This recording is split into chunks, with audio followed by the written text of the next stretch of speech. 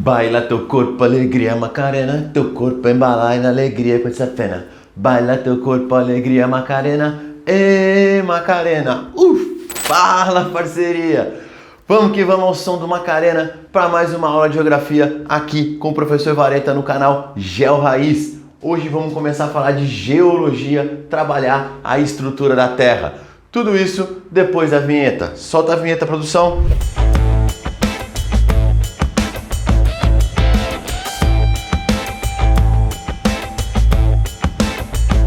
Vamos que vamos então, rapaziada. Para gente começar o vídeo, aquele pedido de sempre.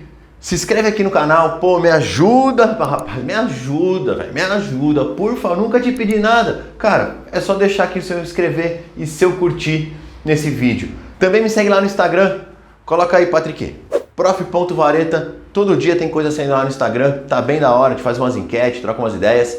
E vamos ao que interessa, vamos começar a falar de geologia. Geologia é o ramo da ciência que estuda a formação da Terra e todas as transformações que aconteceram nela. Então, desde o processo de transformação, solidificação da crosta e todas as modificações que ocorreram a partir daí. É a geologia que vai trabalhar isso e normalmente você estuda isso no primeiro ano do ensino médio ou aí no primeiro bimestre, no começo aí do seu ano de cursinho. Bom, quando a gente falar de geologia, eu quero já... Tenho cachorros. Quando eu falar de geologia, eu quero que você entenda que existe uma diferença entre o tempo humano e o tempo geológico. Eu nem vou entrar muito nisso nessa aula, mas em algum momento eu posso estar numa aula e falar, ó, essa formação aqui, ó, é uma formação super recente, ela tem só 65 milhões de anos. Aí você fala, ô louco, Vareta, 65 milhões de anos é uma coisa recente? Sim, porque geologicamente isso é muito pouco tempo. O tempo geológico, ele tem 4 bilhões de anos, certo? Então, quando eu falar que alguma coisa é antiga na geologia, ela tem em torno de 4 bilhões de anos. Aí você compara 65 milhões com 4 bilhões, 65 é algo recente. Então, é uma contagem no tempo totalmente diferente da nossa. Nós falamos que a Terra se formou há 4 bilhões e meio de anos e ela se solidifica mais ou menos uns 4 bilhões de anos. E a Terra é formada aí em 3 partes. E vamos então para as camadas da Terra, da estrutura da Terra. A gente sempre compara a Terra com um ovo, é a maneira mais fácil de se comparar. Onde a camada de fora, que você está vendo aqui em branquinho, é a chamada de crosta terrestre, seria a casca do ovo. Ela é realmente a camada mais fina da Terra. Sua espessura é muito variável mesmo. Entretanto, a gente pode falar que a espessura média dá em torno de 70 quilômetros. 70 quilômetros é muito? Cara, é bastante. Se não me engano, o buraco feito mais fundo, com uma fenda, é no México. E se eles chegaram em torno de 14, 18, 21 quilômetros de profundidade, que já é muito profundo. Porém, as rochas vão ficando mais duras, a temperatura vai ficando mais alta. Imagina você cavar um buraco aí de 20 quilômetros. Cara, e mesmo assim você não chegou nem na metade dessa crosta. A crosta é formada por camadas, pela essa parte rochosa sólida, e é possível você dividir a crosta em 2 grandes partes. Na parte superior da crosta, a gente costuma chamar essa parte de cial. O que é cial, Vareta? É a abreviatura de silício e alumínio, que são materiais que você encontra em grande quantidade nessa crosta. Assim como a parte de baixo da crosta, a parte mais profunda, a gente pode chamar de cima. É engraçado falar que a parte de baixo chama cima, mas cima de silício e magnésio. Então, esses são os principais materiais que compõem a crosta terrestre. Mais importante você entender da crosta é que, diferente da casca do ovo, que é uma peça inteira, aqui ela é uma peça toda fragmentada, toda quebrada. E nós vamos chamar essas peças de placas tectônicas. E cara, as placas tectônicas é o que a gente vai falar aqui na segunda parte da lousa, que é o que explica tudo para a geologia até hoje. Beleza? Saindo da crosta, vamos agora para o manto. O manto seria ali a clara do ovo. É a camada intermediária da Terra. Aqui ela fica em laranjado. É legal comentar que esse manto dá para ser subdividido. E algumas questões podem falar que essa camadinha superior aqui do manto, caiu até meu giz, mais perto da crosta, ela tem o nome de atenosfera. Seria uma camada intermediária aí entre a crosta e o manto. Ela faz parte da camada superior do manto e é ela que se desloca, que mais se movimenta ali para movimentar as placas tectônicas. É comum aparecer ela nos exercícios? Não, mas às vezes está numa segunda fase, pode aparecer. O que compõe esse manto? Esse manto não é nada mais nada menos do que rocha em estado derretido. O calor emanado pelo núcleo da Terra vai colocar uma temperatura tão alta, que vai fazer com que as rochas existentes aqui estejam em estado líquido, estado pastoso. Esse material pastoso ganha o nome de magma. Ele chama magma quando está dentro da Terra, quando numa erupção vulcânica ele sai, ele chama lava. Você já viu as pessoas que falam a larva do vulcão? Mano, larva é o que tem na, sei lá, bigato, isso é larva, né? No vulcão é lava, não tem esse R.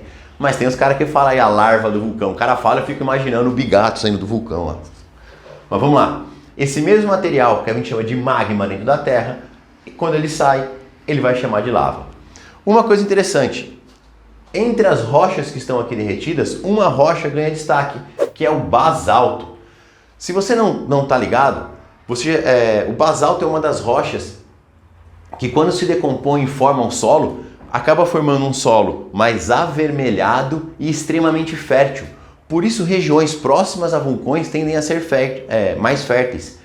Se você pegar aqui o Brasil, já ouviram falar da terra roxa, que é uma terra que tem aqui na região sul, sudeste, é um tipo de solo extremamente fértil. O que tem nesse solo? Grande quantidade de basalto. Solos ricos em basalto são solos mais férteis. Fechou? Vamos para a última parte, que é o núcleo, certo? E o núcleo, ele pode ser subdividido em duas partes. Existe aí o núcleo interno e o núcleo externo. O núcleo da Terra, ele é composto principalmente por um material metálico.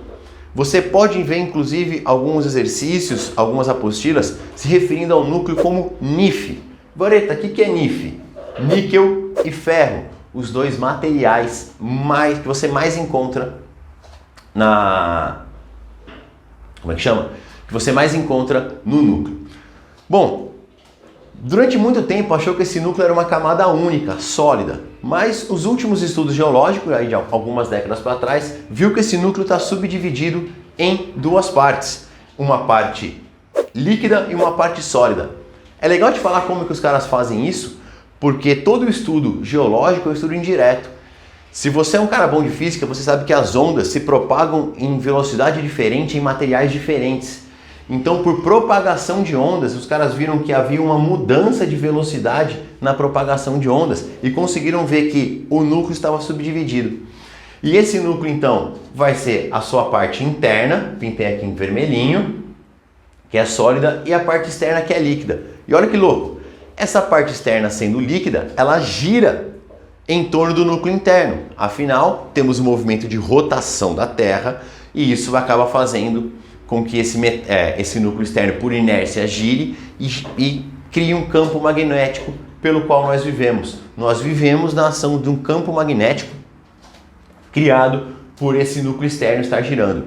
Existe um filme, é meio ruim esse filme, mas chamado O Núcleo. Eu já vi ele no SBT, já vi ele na TNT, das antigas, que é um filme pela qual é uma ficção científica que o núcleo externo da Terra para e isso começa a causar vários problemas e aí eles têm que fazer uma expedição para botar o núcleo externo da Terra para girar. É uma ficção científica, ninguém conseguiu ir para lá ainda. Se você quiser assistir, procure esse filme, não recomendo, mas tá lá, dica cultural ruim, filme O Núcleo. Vamos lá para a segunda parte da lousa para falar das teorias referentes às placas tectônicas. O primeiro cara a falar disso é um tal de Alfred Wegener, não sei como é que se pronuncia o alemão. Em 1915 ele começa a discutir isso, em 1917 é publicado o livro e ele vai falar da teoria da deriva continental. Ele vai ser o primeiro cara a falar que os continentes estavam juntos era o que a gente chamou depois de Pangeia, todos aqueles continentes juntos, e eles foram se deslocando e se separando. Daí a ideia da deriva. É como se eles estivessem boiando a deriva e fossem acabando se separando.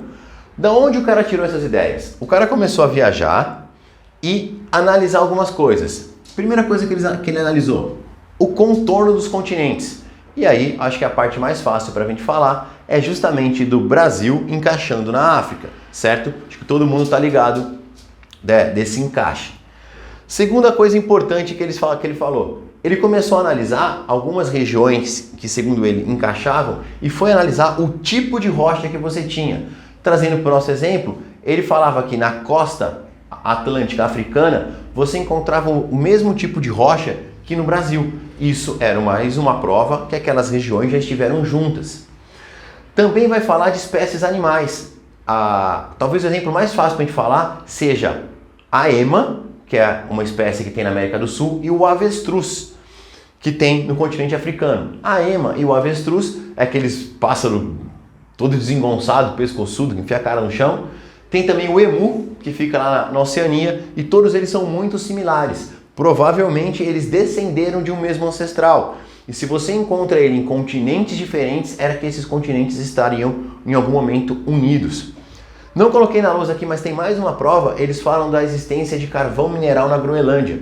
Carvão mineral só se origina de ambientes florestais. E o frio da Groenlândia não permite que você tenha floresta. Se você tem carvão mineral, é porque em algum momento aquilo foi uma floresta e já passou por um processo de sedimentação que demora milhões e milhões de anos. Daí as evidências. Isso consegue ser comprovado? Não. Mas isso daí deixou as pessoas muito encanadas e começaram a pensar o que pode acontecer, o que não pode, como que isso acontece. E na década de 70, você tem o upgrade da teoria anterior. Eles vão chamar de teoria das placas. Eles vão realmente falar que a Terra é composta por camadas e que as placas flutuam sobre o manto.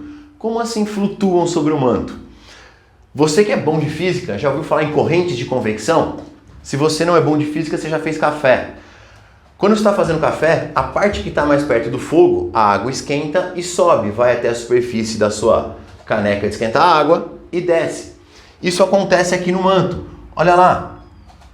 A partir do momento que o núcleo é muito quente, ele libera calor e esse manto sobe, vai perto da superfície e desce. Vai aqui perto da superfície e desce. E ele fica fazendo esse constante movimento. Nessa movimentação dele, ele movimenta as placas tectônicas. E ao movimentar as placas tectônicas, vai explicar a deriva dos continentes, vai explicar a formação de montanhas, vai explicar a ocorrência de terremotos, vai explicar diversas coisas para a geologia. E essa teoria é a que é usada para explicar todos os fenômenos que a gente vê na superfície terrestre e no interior da Terra nos dias de hoje. Então, para fechar, vamos falar dos tipos de placa.